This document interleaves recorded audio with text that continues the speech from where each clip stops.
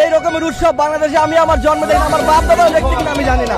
ঠিক আছে, এই 400 বছরের ঐতিহ্য আমরা এই নতুন বাংলাদেশে ফিরে পেয়েছি, আমরা ধন্য। ঠিক আছে, আমরা এইরকম বাংলাদেশে চেয়েছি।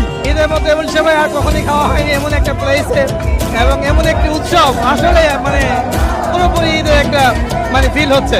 সেই আয়োজনটা করছে আমাদের ঢাকা উত্তর সিটি কর্পোরেশনের মাননীয় প্রশাসক সাহেব, প্রধান উপদেষ্টা, ওনাদের অনেক ধন্যবাদ।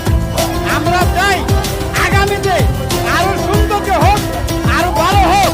আমরা অন্তর দিয়ে দোয়া করি আমরা যেন আগামী বছরে এখানে এসে নামাজ পড়তে পারি, এভাবে সেবার আয়োজন করতে পারি। এক কথায় এত সুন্দর ঈদ আয়োজন এর আগে কখনো দেখি নাই। আমাদের 7 বছর বয়সে এত সুন্দর ঈদের আয়োজন আমি আসলে দেখি নাই। ঈদ মানে যে আসলে আনন্দ খুশি, অন্তত 2025 সালে এসে এই জিনিসটা বুঝলাম। আমি পুরো দেশবাসী সবাইকে জানাতে চাই ঈদের শুভেচ্ছা, ঈদ মুবারক।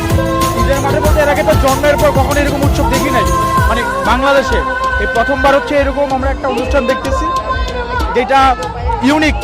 সো আমার মনে হয় যে এখন আর আমাদের জেনারেশন কেউ বলবে না ঈদ অনেক বোরিং একটা ব্যাপার, সবাইকে এনজয় করতেছে ঈদটাকে, এটা অনেক বড় পাওয়া। আগে ব্যাপারটা কি হইতো যে ঈদের নামাজ পড়ে সবাই বাসায় চলে যেত, সর্বোচ্চ ফ্রেন্ডের সাথে আড্ডা দিত। এইখানে হচ্ছে হয়তো সবাইকে চিনি না, বাট সবাই একসাথে একটা মজা করতেছি, সবাই খাবার শেয়ার করে খাইতেছি, এটা একটা মজা। আমার বাসা এখানে পাশেই, আমার বাচ্চা কাচ্চা নিয়ে ঈদের উদযাপন করতে আসলাম, অনেক ভালো লাগছে। I never so actually this type of Eid arrangement in my life time before. মানে আমার লাইফের পুরোটা সময় আমি ঢাকায় ঈদ করছি, আমার এই যত বয়স দেখতেছে পুরোটা সময় আমি ঢাকায় ছিলাম, এত আনন্দ